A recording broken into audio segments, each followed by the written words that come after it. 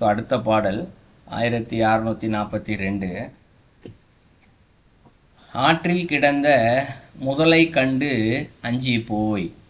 இது முதலடி. இந்த ரெண்டு அடியில் ஒரு உவமையை சொல்கிறார். ஒரு கதை சொல்லி அதன் வழியாக என்ன கருத்தை சொல்லணும் அதை அடுத்த ரெண்டு அடியில் கதையை சொல்கிறார். ஆற்றில் கிடந்த முதலை. ஒரு ஆறு ஒன்று இருக்குது. அந்த ஆற்றுல ஒரு முதலை ஒன்று இருக்குது. ஒருத்தர் தண்ணிக்குள்ளே இறங்க போகிறாரு. இறங்கினோடனே முதலையை பார்க்குறாரு. பார்த்துட்டு என்ன பண்ணுறாரு? பயந்து போகிறாரு. அஞ்சின்னா பயப்படுதல். இந்த இடத்துல அஞ்சி போய் பயந்து போகிறாரு. பயந்து போய் என்ன பண்ணுறாரு? திருப்பி ஓடுறாரு. திருப்பி ஆப்போசிட் எதிர்பக்கமாக ஓடுறாரு. இந்த இடத்துல ஆற்றுக்கு எதிர்பக்கம் ஓடுறாரு. ஓடும்போது ஈற்றுக்கரடிக்கு எதிர்பட்டதன் ஒக்கும் அப்படிங்கிறாரு. ஈற்றுக்கரடிங்கிறாரு. ஈற்றுன்னா என்னன்னா, ஒரு ஈற்றுக்கரடினா குட்டி போட்ட கரடின்னு பொருள். இந்த இடத்துல ஒரு கரடி தாய்மை விட்டு குட்டி போட்டுருச்சுன்னு வச்சுக்கோமே. இது அந்த கரடிக்கு எல்லா விலங்குகளுக்குமே இது பொருந்தும். இந்த இடத்துல ஒரு குட்டி ஈன்றதுக்கப்புறம் பார்த்தோம்னா அளவுக்கு அதிகமாக பசிக்கும் அந்த விலங்குகளுக்கு. இது நேரடியாக அந்த விலங்குகளோட பழக்கம் பரிச்சயம் இருக்கவங்களுக்கு தெரியும். ஒரு நாய் குட்டி போட்டுச்சுன்னா கூட சரி, அதுக்கு அகோர பசி இருக்கும். பயங்கரமாக எவ்வளோ சாப்பாடு போட்டாலும் தின்னுக்கிட்டே இருக்கும் இந்த இடத்துல. இது எல்லா விலங்குகளுக்கும் ஓரளவுக்கு பொருந்தும். ஸோ ஈற்றுக்கரடிக்கு அப்படின்னா பசியோடு இருக்க கரடி. இந்த இடத்துல அது எதிரில் வருதா? இந்த இடத்துல எதிர்பட்டதன் ஒக்கும் அப்படிங்கிறது. ஒக்கும்னா என்ன? இந்த இடத்துல ஒத்து இருக்கிறது. இந்த இடத்துல அந்த சைடு முதல்ல பார்த்தா கடிச்சு தின்னுடும். கரடி பசியோட கரடி முன்னாடி கரடி என்ன பண்ணும்? இந்த இடத்துல கரடிக்கு கை வலிமை ஜாஸ்தி. இந்த இடத்துல அது பசிக்குது. அதுக்கு கோபத்தோட வேற இருக்கும். அந்த இடத்துல பசியில் மனுஷனுக்கே பசி ஓவராக வந்துச்சுன்னா எவ்வளோ டென்ஷன் ஆகிறான். இந்த இடத்துல சாப்பாடு உள்ளே போகிற வரைக்கும் ஒரு விதமான கோபம் இருக்கும் மனுஷனுக்கு நேச்சுராகவே.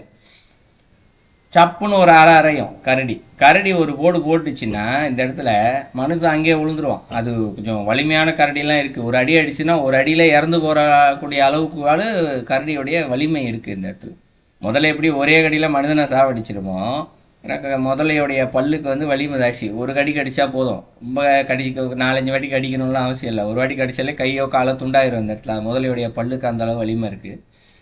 கரடிக்கு ஒரு அடி அடிச்சதுன்னா போதும். இந்த இடத்துல மனுஷன் அந்த இடத்துல சுருண்டு விழுந்துருவான். அந்த இடத்துல அதனால தான் முதலையும் கரடியும் இந்த இடத்துல சொல்கிறார். ஏன்னா வேறு எவ்வளோ விலங்குகள் இருக்குல்ல, தண்ணிக்குள்ளே மீன்கள் சொல்லலாம், இல்லை கோழியோ வாத்தோ ஏதோ எவ்வளோ விலங்குகள் சொல்லலாம். ஏன் அந்த இடத்துல கரடின்னு மட்டும் சொல்கிறாரு இந்த இடத்துலன்னா காரணம் தான். இந்த இடத்துல மீதி இருக்கக்கூடிய விலங்குகள் சிங்கம் புலி அது கடித்து சாப்பிடணும் கொஞ்சம் கொஞ்சமாக இல்லையா.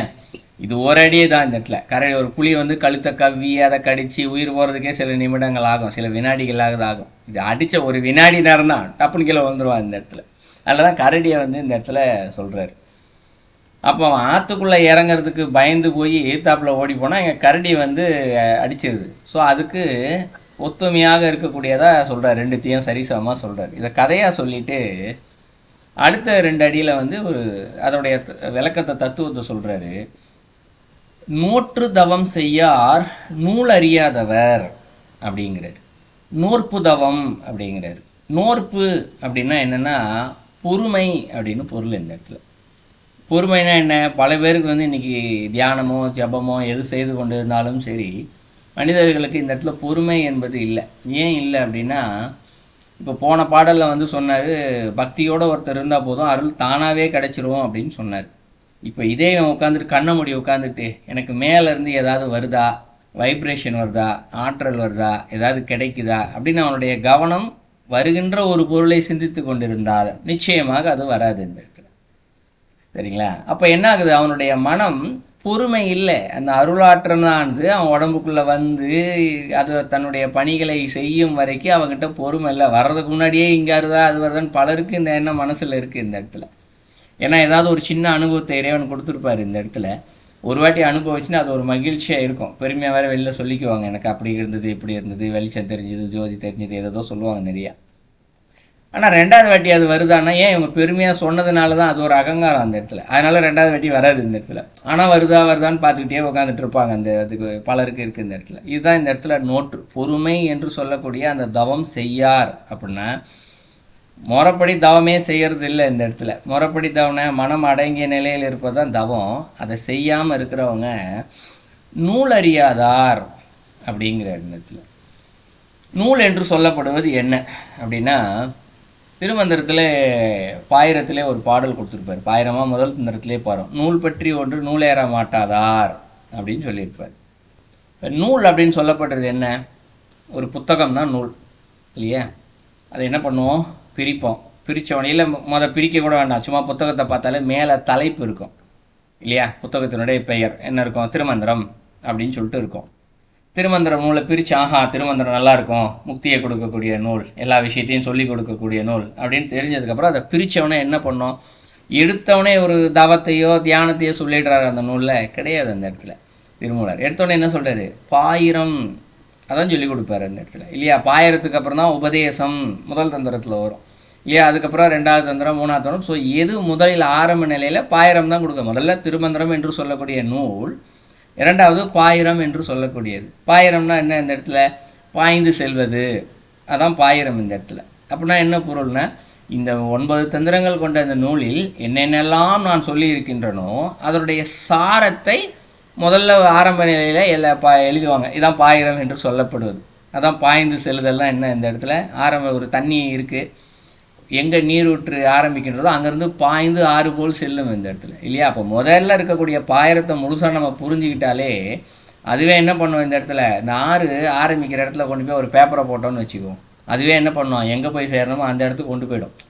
அந்த பேப்பரையோ ஒரு பொருளையோ ஏதோ ஒரு பூவை வச்சோன்னு வச்சுக்குவோம், அதுவே எங்கே போய் சேரணுமோ கொண்டு போய் சேர்ந்துடும். அது மாதிரி பாயிரத்தை முழுசாக யார் ஒருத்தர் புரிஞ்சுக்கிட்டாங்களோ மொத்த தந்திரத்தையும் திருமந்திர நூலையும் ஈஸியாகவே படித்து முடிச்சிடலாம்.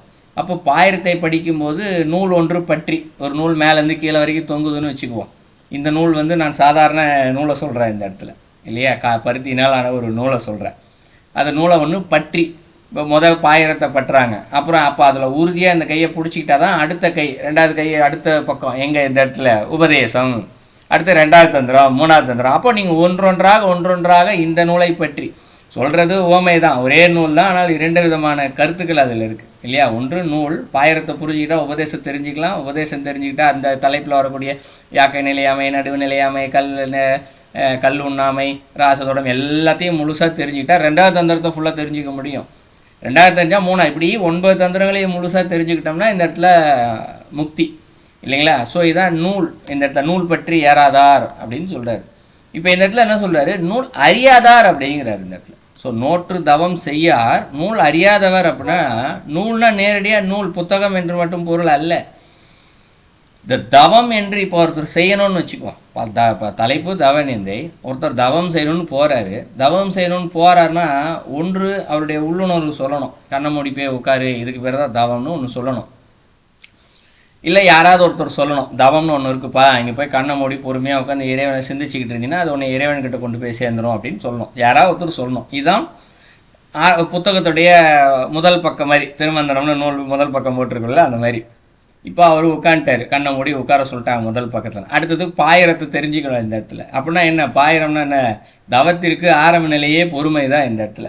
இப்போ பொறுமை என்பது ஒருத்தருக்கு இல்லை அப்படின்னா, இங்கே உட்காந்துக்கிட்டு எனக்கு ஒன்றும் கிடைக்கல, எனக்கு இப்போ அப்போ தான் பசிக்கும், அப்போ தான் தண்ணி தாக வரும், அப்போ தான் பாத்ரூம் வரும் இல்லையா? யாராவது அப்போ தான் பேச ஆரம்பிப்பாங்க, இப்படி ஏதாவது ஒன்று வந்துக்கிட்டே இருக்கும் இந்த இடத்துல. ஆக மொத்தம் அவருக்கு பொறுமையே கிடையாது, தன்னுடைய இச்சையை போல தான் நாங்கள் வாழ்ந்து கொண்டே இருப்பார் இந்த இடத்துல இல்லையா? அப்போ இவர் இந்த இடத்துல நூலுடைய ஆரம்ப நிலையே இவர் பற்றலை, பாயிரத்திலே தெரிஞ்சிக்கல. அவர் முதல்ல பாயிரத்தில் என்ன சொல்ல வராங்கன்னே தெரிஞ்சிக்கல, படிச்சுட்டாரு ஆனால் தெரிஞ்சிக்கல இந்த இடத்துல. அதான் நூல் அறியாதவர் அப்படிங்கிறது. இப்போ தவம் என்றால் என்ன என்பதை ஆரம்ப நிலையே தெரிந்து கொள்ளாதவர்கள் தான் இந்த இடத்துல யாரு? நோற்று தவம் செய்யார் நூல் அறியாதவர். பொறுமையாக யார் ஒருவரால் அமர முடியவில்லையோ அவர்களால் தவத்தின் ஆரம்ப நிலையே முழுமையாக அவர்களால் தெரிந்து கொள்ள முடியவில்லை. இதான் 3வது அடிக்கு பொருள். 4வது அடியில் என்ன சொல்றாரு? சோற்றுக்கு நின்று சுழல்கின்ற ஆரே அப்படிங்கிறார். சோற்றுக்கு அப்படின்னா என்ன? சோறுனா தெரியும் எல்லாருக்கும், உணவு. உணவிற்கு நின்று அப்படின்னா என்ன ஆகுது? இந்த இடத்துல சாப்பாட்டுக்கு பசிக்க ஆரம்பிச்சிடும் கொஞ்சம் நேரத்தில். ஏன்னா மனசில் பொறுமை இல்லை, ஏதோ சிந்திச்சுக்கிட்டே இருக்குது, தன்னுடைய வேலை ஓடிக்கிட்டே இருக்குது. சிந்தனை போக ஆரம்பித்த உடனே இந்த இடத்துல பசிக்க ஆரம்பிச்சிடும். யார் ஒருவருக்கு சிந்தனை சுத்தமாக இல்லையோ அவருக்கு பசிக்காது அவ்வளோ சீக்கிரத்தில். இந்த இடத்துல தேவையே இல்லை அந்த பசி, அந்த எண்ணமே என்ன பண்ணிடும், அவங்களுக்கு உடம்புக்கு தேவையான உணவு எல்லாத்தையுமே கொடுத்துரும். இதனுடைய உச்ச நிலையில தான் யோகிகளும் ரிஷிகளும் பசி இல்லாத நிலையில் தாக்கம் இல்லாமல் நிலையில் நிற்கிறாங்கன்னா என்ன பொருளாகும்? மனம் அசையாமல் இருக்குது. மனம் அசைகிறதுனால உடம்பிற்கு தேவையே இல்லை உணவு. நம்ம உடம்புக்கு தேவையான உணவை வந்து உடம்பே ஜென்ரேட் பண்ணிக்கும் இந்த இடத்துல. சரிங்களா? எப்படி பண்ணிக்கோன்னா, நம்ம சகசர தளத்தில் இருக்கக்கூடிய அமிர்தம் உடம்புக்கு தேவையான அத்தனை ஆற்றலையும் கொடுக்கக்கூடியது. அது வந்து நம்ம சிந்தனைகள் செயல்கள் தொடர்ந்து உலக விஷயத்து வழியாக போய்கிட்டே இருக்கிறதுனால அது வீணாகி கொண்டு கொண்டு இருக்குது. அதனால தான் பசிக்குது, அதனால தான் சோறு சாப்பிட்றோம் இந்த இடத்துல. ஸோ அப்போ சோற்றுக்கு நின்று சுழல்கின்ற ஆறே அப்படிங்கிறாரு. சுழலுதெல்லாம் தெரியும் இல்லையா? எது சுழலுதல் இந்த இடத்துல? ஒரு இடத்தை சுற்றி சுற்றி சுற்றி வர்றது தான் சுழல்தல் இந்த இடத்துல. ஒருத்தர் தவம் செய்கிறேன்னு சொல்லிட்டு காட்டுக்குள்ளே போய் உட்காந்துக்கிட்டு இங்கே சோறு கிடைக்குமா சோறு கிடைக்குமா சோறு கிடைக்குமான்னு சொல்லிட்டு தேடிக்கிட்டே இருந்தார். அதுக்கான வழியை தேடிக்கிட்டே இருந்தாருன்னா என்ன ஆகும்? செய்யறது காட்டுக்குள்ளே போய் தவம் செய்கிறன்னு தான் போயிருக்காரு. ஆனால் அங்கே போய் உட்காந்து சாப்பாடை தேடிக்கிட்டு இருக்காரு இல்லையா? ஸோ இதான் இதனுடைய வழிமுறை என்று இந்த தவநிந்தையை சொல்கிறார். ஸோ 4 அடிக்கும் சேர்த்து பொருள் பார்த்தோம்னா, முதல் 2 அடியில் என்ன சொல்கிறாரு? ஒருத்தர் ஆறு ஒன்று இருக்குது, அதில் இருக்க முதலையை கண்டு பயந்து போய் எய்தாப்பில் வர கரடிக்கிட்ட மாட்டிக்கிட்டார். அந்த மாதிரி இவர் வந்து குடும்பத்துக்குள்ளே இருக்காருன்னு வச்சுக்குவோம். இது ஒரு ஓமை தான் அந்த வார்த்தையை, அந்த 2 அடியுமே. குடும்பத்துக்குள்ளே பொண்டாட்டி புள்ளக்குட்டி சம்பாரித்து கொடுக்கணுமே, இதுக்கு வந்து பயந்து போகிறாராம். முதலை பார்த்து பயந்து போகிற மாதிரி இந்த குடும்பம் எல்லாத்தையும் விட்டுட்டு பயந்து போய் காட்டுக்குள்ளே போய் தவம் செய்ய போகிறேன், நான் எல்லாத்தையும் விட்டுட்டேன், எனக்கு பற்று இல்லை அப்படின்னு சொல்லிட்டு விட்டு காட்டுக்குள்ளே போயிட்டார். எப்படி அங்கே எய்த்தாப்பில் கரடியை பார்த்து மாட்டி இறந்து போகிறாரோ, அந்த மாதிரி காட்டுக்குள்ளே போய் உட்காந்துக்கிட்டு சோத்துக்கு போய் நிற்கிறாரா இந்த இடத்துல. ஐயோ, எங்கள் வீட்டில் இருந்தால் ஒழுங்காக சாப்பாடு கிடச்சிருக்குமே, 3 வேளை சமைச்சு போட்டிருப்பாங்களே, இங்கே சாப்பாட்டுக்கு வழி இல்லாமல் போச்சு, இங்கே காட்டுக்குள்ளே அது கிடைக்குமா இது கிடைக்குமான்னு காட்டை சுற்றி சுற்றி சுற்றி தேடிக்கிட்டே இருக்காரா இந்த இடத்துல. இப்போ 2 அடியிலே சொல்லிட்டார் தவநிந்தை என்னன்னு சொல்லி. தவம் என்று தேடி போயிட்டு கடைசியில் தவத்தை செய்யாமல் சாப்பாட்டுக்கு சுற்றிக்கிட்டே இருக்காரு.